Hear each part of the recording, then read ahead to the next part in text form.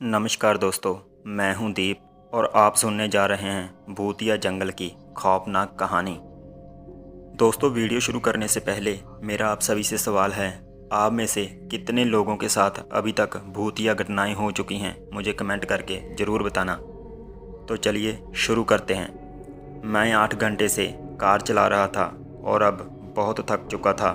रात होने के पहले मुझे उस भूतिया जंगल को पार कर लेना था, लेकिन जंगल का रास्ता ख़त्म होने का नाम ही नहीं ले रहा था। मुझे जंगल की पार की फैक्ट्री में इंस्पेक्शन के लिए जाना था। ये प्रोजेक्ट अभी 5 दिन पहले ही मिला था। मैं पहले अपने बारे में बता दूं, मैं अनिकेत पाठक मैकेनिकल इंजीनियर। अभी 3 साल ही हुए हैं जॉब पर। कंपनी ब्रेकडाउन्स में डील करती है। मैं इधर 3 महीने से मैं भी इस योग्य समझ लिया गया हूँ कि मैं स्वतंत्र रूप में प्रोजेक्ट डील कर सकता हूँ। तो मैं काफ़ी उत्साह में था। मुझे 9 बजे तक पहुंच जाना चाहिए था, जहां सहाय सर मेरी प्रतीक्षा कर रहे थे। मशीन की कमी को समझकर 11 बजे तक हमें वापस लौटना था। मेरी नज़र सामने गई तो एक लड़की हाथ हिला रही थी। उसकी सफ़ेद साड़ी का पल्लू हवा में लहरा रहा था। मैंने कार रोकी, देखा वो काफ़ी खूबसूरत थी। सॉरी, आप मुझे लिफ्ट दे सकेंगे क्या? मैडम, इस जंगल में आप कहाँ से आ गई अचानक मुझे डराने के लिए?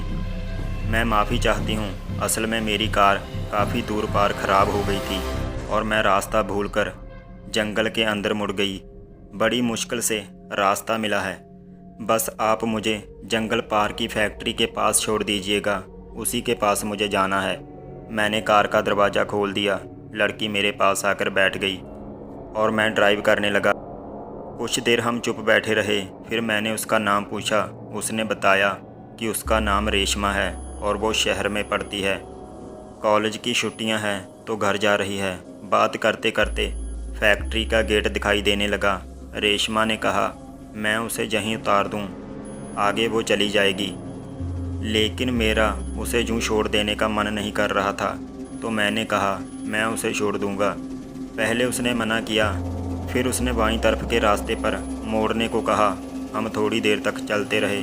फिर सामने एक घर दिखाई दिया। रेशमा मुझे घर के अंदर ले गई। मुझे कमरे में बैठाकर वो पानी ले आई। घर के बाकी लोग कहाँ हैं? मैंने पूछा। वो सो गए हैं, उसने जवाब दिया। मुझे थोड़ा अजीब लगा। अच्छा, मैं चलता हूँ। मैं उठकर खड़ा हुआ।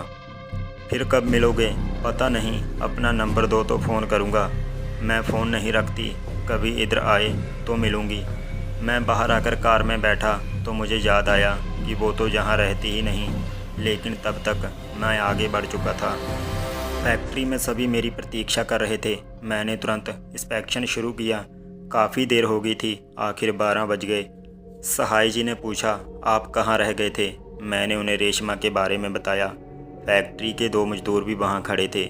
सभी के चेहरे पर अजीब सा आतंक छा गया। थोड़ी देर को तो किसी के मुंह से आवाज़ नहीं निकली। फिर सहाय जी ने कहा आज हम सभी यहीं रुकते हैं। मैंने कहा कि रात भर ड्राइव कर कर निकल लेते हैं, लेकिन सब बिल्कुल अड़ गए। रात को मुझे पता चला कि जिस लड़की को मैंने रास्ते में लिफ्ट दी थी वो 2 साल पहले ही मर चुकी थी। इसी जंगल में उसकी गाड़ी ख़राब हो गई थी और किसी ने उसका रेप करके हत्या कर दी थी। मुझे विश्वास ही नहीं हुआ, लेकिन मैं उसके घर भी गया था। सहाय जी बजरंगबली की जय बोलने लगे। रात भर हम में से कोई नहीं सोया। सुबह हम बाहर निकले तो मैंने उसी रास्ते पर गाड़ी रोकी ताकि मैं उन्हें उस लड़की का घर दिखा सकूं, लेकिन सामने सिर्फ कब्रिस्तान का सन्नाटा मुझे घूर रहा था। अनिकेत बाबू, आपके भाग्य अच्छे थे, आज आप बच गए। जहां साल में इसी रात को किसी न किसी की लाश मिलती है। मेरा दिमाग घूम रहा था और मैं वहीं सीट पर बेहोश हो गया। आँख अस्पताल में खुली। 1 सप्ताह के बाद जब मैं घर लौटा तो कसम खाई जंगल से तो 10 हाथ की दूरी ही रखूँगा। जान बची और लाखों पाए। तो दोस्तों, ये थी आज की कहानी।